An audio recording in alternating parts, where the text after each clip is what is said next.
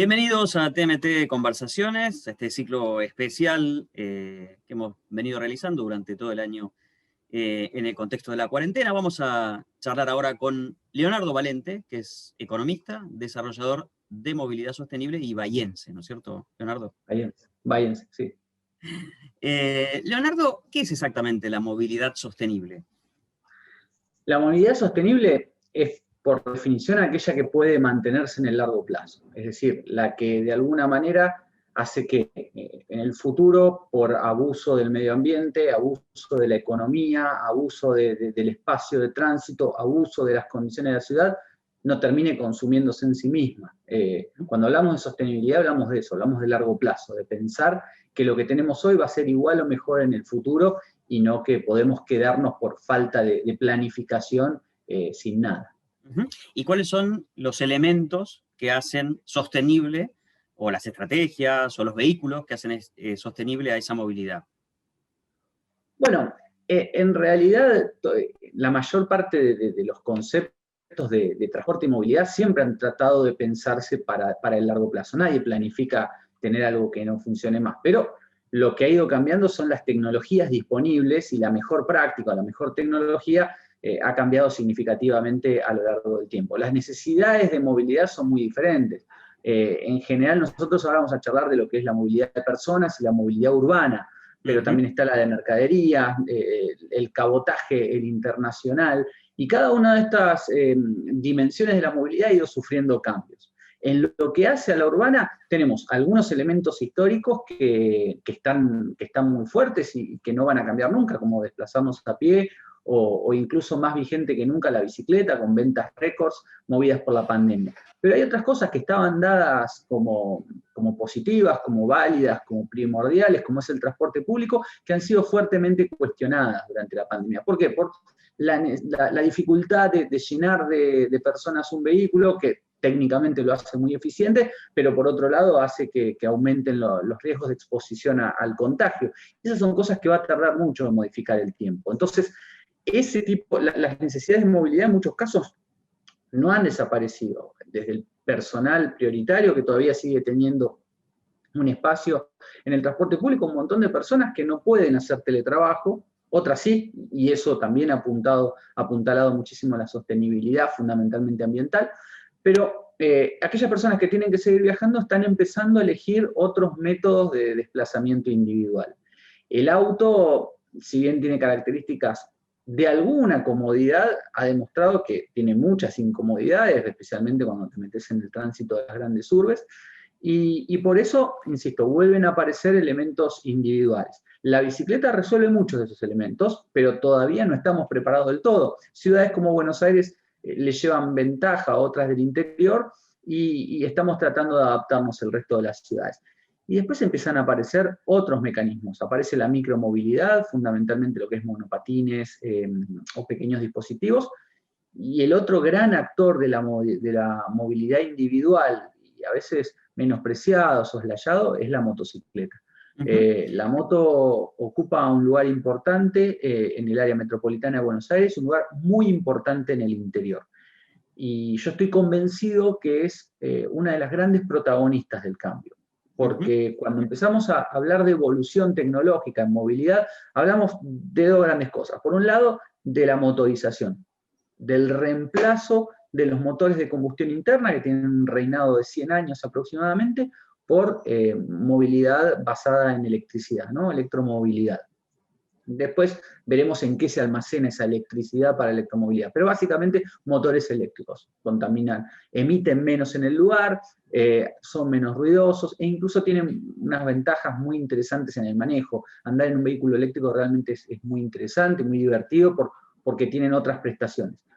Y por otro lado, los mecanismos para compartir el vehículo. Esta desaparición, fundamentalmente, que se ve en lo que es el público millennial, del objeto, de la propiedad de un vehículo de transporte como algo para expresarse ante el resto, como algo para generar una diferencia. La propiedad empieza a ser cada vez más cuestionada. Yo lo que quiero es ir de un punto A a un punto B de la manera más cómoda, más económica y más eficiente posible, y si no es mío el vehículo, mucho no me importa, ya no lo quiero más para mostrar. Obviamente, el efecto de demostración y y por ser bienes costosos va a seguir existiendo, pero cada vez se está reduciendo aún más. Entonces tenemos nuevas formas de motorización y nuevas maneras de vincularnos a los vehículos. Algunas con mucho éxito, como por ejemplo las bicis compartidas de la ciudad de Buenos Aires. No todas las ciudades pueden hacer la escala y la orografía para un sistema de bicis convencional. Por ejemplo, no todas las ciudades tienen la capacidad de integrar sistemas de bicicleta compartida como lo puede hacer la ciudad de Buenos Aires, que tiene una escala muy importante y una orografía plana. Por ejemplo, la ciudad de Córdoba, que tiene escala, es muy difícil un sistema de bicis a tracción a sangre porque tiene grandes desniveles. Entonces ahí se imponen sistemas como tiene, por ejemplo, Madrid, el Bicimad, que están basados en electricidad. Bueno, estos son los desafíos que va planteando la movilidad sostenible, y te repito, José, yo creo que en los países de Latinoamérica y en Argentina en particular, y esto es una conclusión a la que llegué hace unos cuantos años, si bien estamos todo el tiempo pensando, cuestionando cómo llegar a la electromovilidad, pensando en vehículos, porque los grandes ejemplos que nos vienen de los países más desarrollados son Tesla o los nuevos vehículos eléctricos, y con toda su sofisticación y también todos sus costos, mientras nos imaginamos y nos planteamos cómo los vamos a recargar, si vamos a recargar en casa y por dónde van a ir, qué sé yo.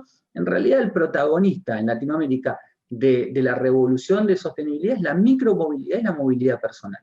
Monopatines, bicicletas y motos. Y las motos han sido, especialmente las de baja cilindrada, históricamente el vehículo, digamos, más frecuente en la población de menos recursos, ¿no?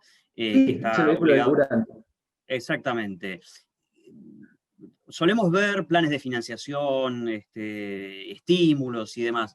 Esos planes de financiación, esos estímulos que en Argentina han sido frecuentes en los últimos años, incluso con distintos gobiernos, ¿están contemplando esa oportunidad de la sostenibilidad? ¿Están contemplando cuestiones de seguridad básica, de ambiente? Lamentablemente, no solo no están contemplando, sino todo lo contrario. Siguiendo este estudio o esta conexión, este hilo conector de movilidad sustentable, lo que sigue investigando es, ok, hoy tenés un país como China, con una atracción fuertísima a lo que es la movilidad individual sustentable. De hecho, están prohibidas las motos a combustión de baja cilindrada en China desde hace unos años, porque tenían un problema ambiental muy grande. ¿Por qué acá no son masivas?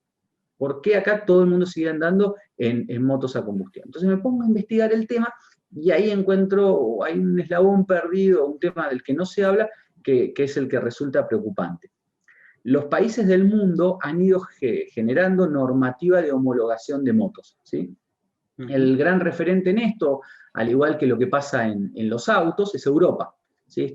Como están las normas Euro para autos y las normas Euro para camiones, también están las normas Euro para motos. Hay un fenómeno que se está dando en algunos países, como te decía, China ya lo hizo, India lo planifica para el 2025 y otros países ya lo están haciendo, que es la prohibición total de circulación en motos a combustión. ¿Por qué? Porque una moto que no tiene normas contamina más que un auto. Hoy un auto en Argentina es Euro 5, ¿sí? Estamos yendo al Euro 6, lo mismo con los camiones, se pasó del Euro 3 al Euro 5, con lo cual se han acotado mucho las emisiones, pero una moto que no tiene ningún tipo de control, como las que circulan en Argentina, son motos a carburador, con una tecnología muy vieja, contamina más que un auto, aún llevando una sola persona. Y el camino de las normas, existe una norma Euro 1, Euro 2, Euro 3, Euro 4, Euro 5. Todos los países de la región, a excepción de Argentina, ya han adoptado normas. Incluso Brasil, el año pasado, adoptó la norma Euro 4. La norma Euro 4 es una norma muy interesante, porque a diferencia de las normas de autos, que solo son de emisiones, la norma Euro 4 también contempla condiciones de seguridad.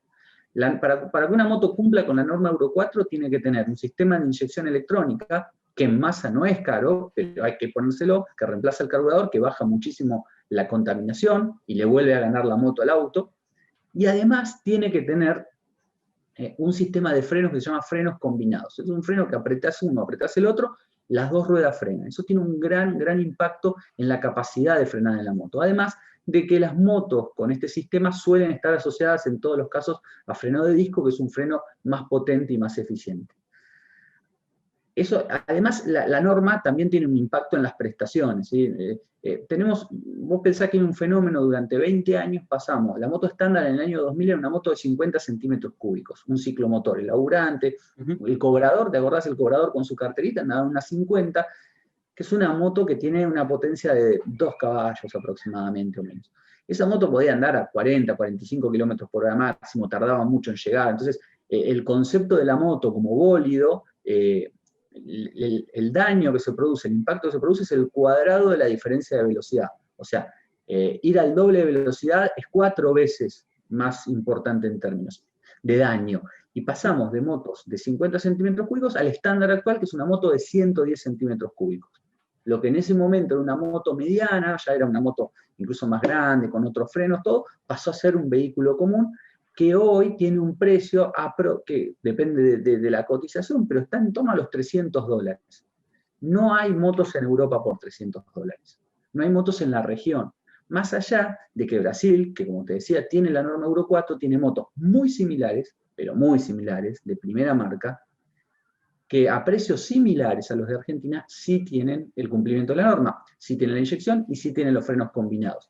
La misma fábrica, cuando manda la moto a la Argentina, le saca estos elementos.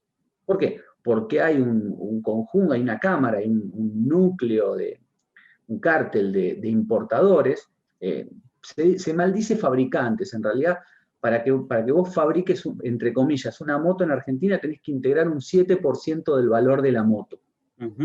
Con el 7% de integración nacional, que a veces se encuentran con buenas excusas, vos agarras una moto china, invendible en la región, invendible en su país de origen, están prohibidas, y la vendés acá al público argentino. Una moto que anda muy rápido, que contamina mucho y que no frena. Y los números están a la vista.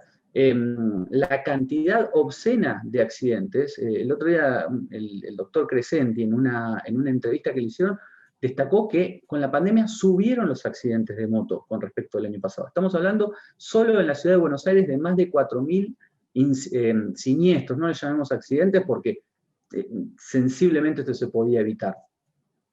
Más de 4.000 siniestros en motos en lo que va del año, muchísimos fatales. Y cuando vos estás en una ciudad del interior, como es mi caso, en Bahía tenemos entre 3 y 5 siniestros diarios. Esos siniestros se multiplican, se impactan en el sistema de salud, compiten contra las camas de COVID o con las camas no COVID, que también han sido restringidas por el COVID. O sea, se genera un gran problema. Y la respuesta del gobierno, no solo de este gobierno, de los gobiernos, es no solo no poner manos en el asunto, sino estimular la venta de esto, con planes como el que se está ofreciendo en este momento, que va por su segunda edición.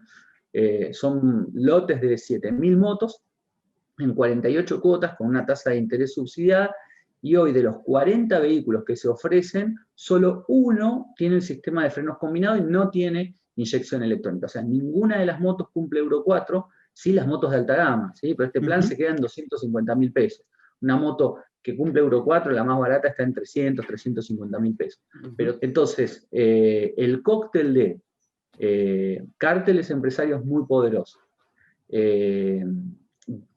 vehículos fuera de norma, que hoy básicamente estamos liquidando el stock de los chinos, ¿sí? Y financiación cómplice, todo esto tiene un impacto tremendo en la salud pública, ¿sí? Porque realmente es una de las causas principales, es la otra pandemia, ¿sí? O sea, estamos yendo a que se muera la misma cantidad de gente en siniestro de motos que en COVID, y además es el gran freno al desarrollo de la movilidad sustentable en Argentina. Y eso es lo que me preocupa. Leonardo, muchísimas gracias. A vos, José, siempre es un placer charlar, y realmente muy agradecido, y felicitaciones por este ciclo y por todo lo que has hecho, abriéndole la cabeza a la gente en los diferentes espacios que has tenido a lo largo de este año.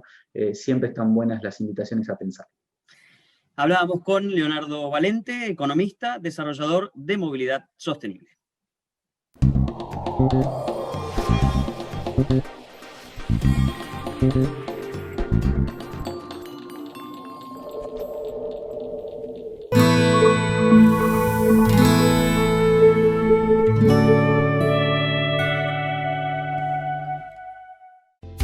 En Encontrá tu factura de Cablevisión Fibertel o personal en cablevisionfibertel.com.ar/yo pago en casa. Pagala con tu tarjeta de crédito o débito y si te adherís al débito automático tenés importantes descuentos. Personal Fibertel y Cablevisión.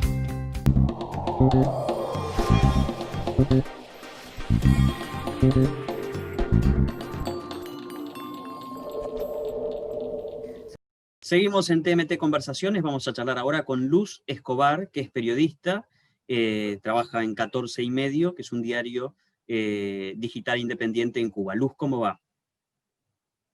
Hola, un saludo para todos, buenas tardes. Luz, ¿cómo se hace periodismo en Cuba? Bueno, es una pregunta complicada y que ha evolucionado en los últimos 2 años de una manera radical. Hace 4 o 5 años, para hacer periodismo independiente en Cuba, dependías de una conexión en un hotel, dependías de ir a una zona wifi, que es un parque público, o dependías de imprimir una revista o una publicación. Con la llegada hace 2 años de los datos móviles a los teléfonos de nosotros, recordemos que en Cuba hay un monopolio de las comunicaciones que tiene el gobierno y no hay manera de ir a una oficina y contratar el servicio de internet para la casa, tener wifi o para tener datos móviles. Entonces hace 2 años llegaron a los teléfonos móviles de los cubanos este servicio de datos móviles súper caro. Además en Cuba es complicado también conseguir los dispositivos y todo, pero bueno, está ahí la herramienta. Y a raíz de eso, la posibilidad de trabajar en el periodismo independiente se multiplicó, no solo en cuanto a plataformas que han nacido en este tiempo, sino también en la información, el volumen de información que tenemos a nuestra disposición para trabajar. Lo que pasa es que el terreno es hostil en otro sentido. Sigue siendo ilegal el periodismo independiente, el gobierno no reconoce los medios independientes, solamente la prensa oficial. Muchos de los periodistas que hacemos este trabajo de manera independiente somos vigilados, acosados, detenidos arbitrariamente, bueno, medidas totalmente fuera del marco legal de Cuba, como por ejemplo prohibirte salir del país, prohibirte salir de tu casa bajo la amenaza de una detención. Entonces, como ves, es un terreno totalmente hostil en el cual no hay un medio de defenderse tampoco desde lo legal, porque están todos los tribunales en manos también del gobierno. Al final se trata de una dictadura, por supuesto, son 60 años en los que se ha vulnerado el derecho de la libre expresión y la libertad de prensa. Entonces, por supuesto que se ha avanzado en el ejercicio del periodismo, pero a riesgo, se ha avanzado a pesar del gobierno, se ha avanzado a pesar de estas medidas que ponen en peligro la libertad del periodista. Luz, en las últimas semanas hemos recibido noticias referidas al movimiento San Isidro y a la actividad de intelectuales, muchos de ellos muy, muy jóvenes. ¿Qué es lo que está pasando en Cuba con los intelectuales, en especial con el llamado movimiento San Isidro? Sí, bueno, en el mundo de la cultura y de la intelectualidad siempre ha sido un punto la libertad de expresión. ¿Qué pasa? A raíz de varias gestiones, de varias movidas que ha hecho el gobierno para coartar esta libertad de expresión en este escenario que te estoy contando, que es el escenario en el que está la herramienta de Internet en las manos, una herramienta que ellos nunca quisieron y que demoraron años en poner en nuestras manos, ellos tienen que mover fichas. Entonces lanzaron un decreto, que es el decreto ley 349, que en el mundo del arte censura la libertad de expresión totalmente, y el decreto 370, que en el mundo de la información censura cualquier publicación que el gobierno considere que vaya en contra de las buenas costumbres, la moral, el socialismo, en definitiva, pura subjetividad en manos del gobierno para reprimir. Entonces, en este escenario, empezaron acciones, a moverse acciones. En el mundo de la intelectualidad, un grupo de jóvenes se presentó al Ministerio de Cultura hace, bueno, casi 2 años, cuando comenzó el 349, como decreto a quererse implantar. Ellos lograron que el decreto se paralizara. El movimiento San Isidro nace también y empieza a coger mucha fuerza como un movimiento alternativo para presentaciones de arte y para mover esa conciencia de que no solo proyectos políticos pueden hablar de disidencia y de oposición, desde el arte también se puede hacer, hacen un arte eminentemente político y además muy comunitario en el lugar donde ellos viven, ahí en La Habana Vieja. Entonces, este escenario fue complejizándose a raíz de la represión. Esas personas comenzaron a ser vigiladas, asediadas, a un punto tal que ya encarcelaron a uno de ellos sin ningún tipo de legalidad, además violando todo el debido proceso en el juicio y en la manera en la que lo detuvieron. Y el grupo decidió hacer acciones. Fueron a la unidad de policía a reclamar su libertad. Al ver que cada vez que iban a la unidad de policía a reclamar su libertad eran encarcelados, decidieron hacer una acción poética en la sede del movimiento San Isidro, y lo que hizo la policía fue rodearlos, reprimirlos y impedir que llegara el agua y la comida a ese lugar. Entonces, un grupo de ellos decidió hacer una huelga de hambre y sed otros, y eso destapó, por supuesto, como es natural, un gran interés de todos los cubanos que tenemos un mínimo de sensibilidad y que estamos muy apegados a lo que tiene que ver con la libertad de expresión, porque obviamente ya era el colmo de la violación a este derecho.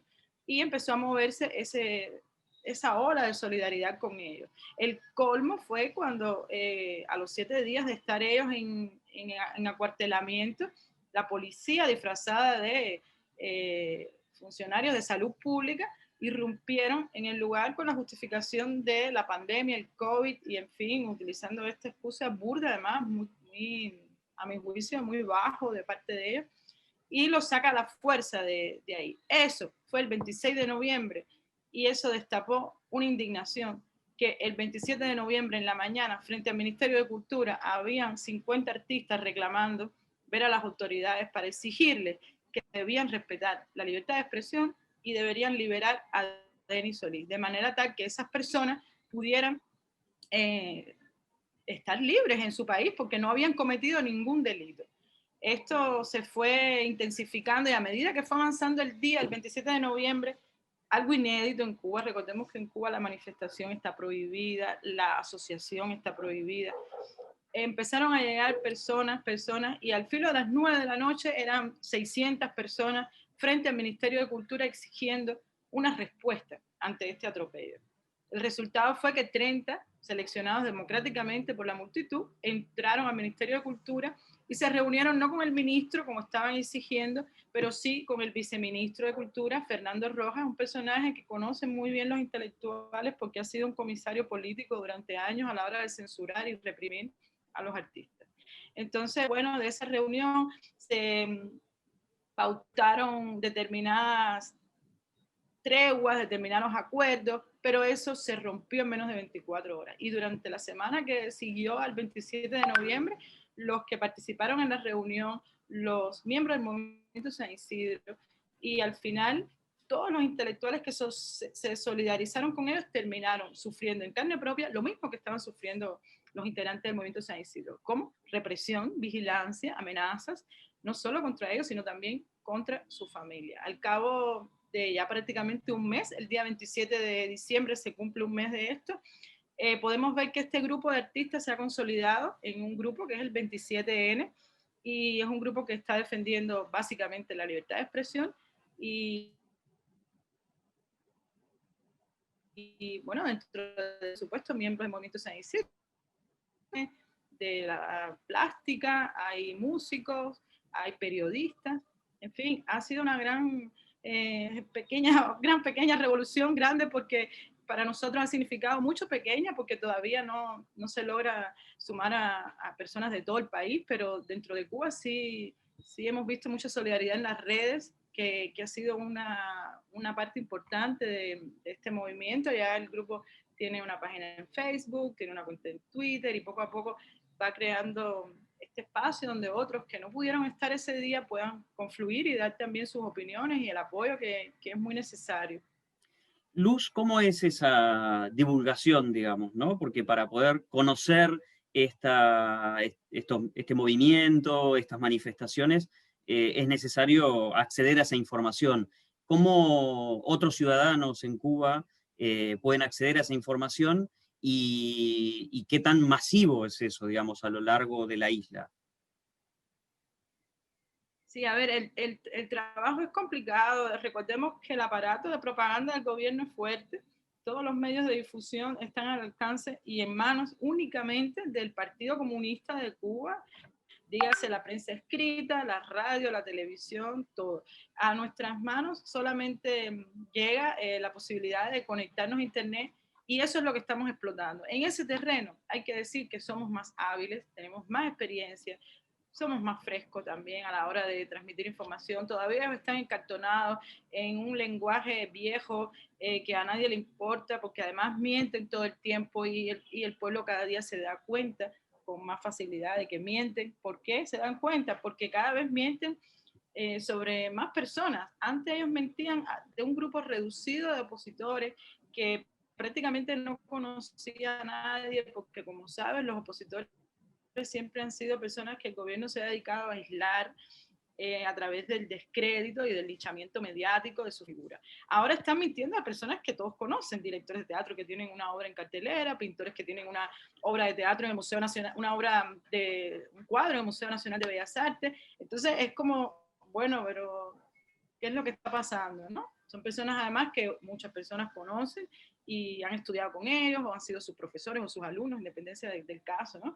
Entonces, yo creo que cada vez más las personas están viendo que le mienten. Entonces buscan información en estos sitios alternativos, que son los medios digitales que se han creado en los últimos años en Cuba, y ahí es donde se va a encontrar esa narrativa que va a estar ilustrando y recogiendo lo que verdaderamente ocurrió ese día. Ellos están diciendo que fueron unos mercenarios allí a provocar, y en la prensa independiente te encuentras la verdadera historia, te encuentras la historia de la indignación que creó esa represión del gobierno ante este hecho totalmente cruel, y cómo eso se tradujo en manifestación popular totalmente espontánea, y además de eso, sostenido durante el día. Las personas no se cansaron y ahí estuvieron sin agua, sin comida, exigiendo, y al final lograron lo que querían.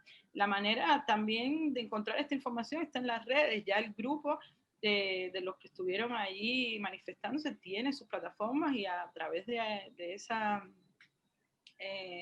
esas páginas de Facebook y Twitter se va actualizando toda la información o parte de la información.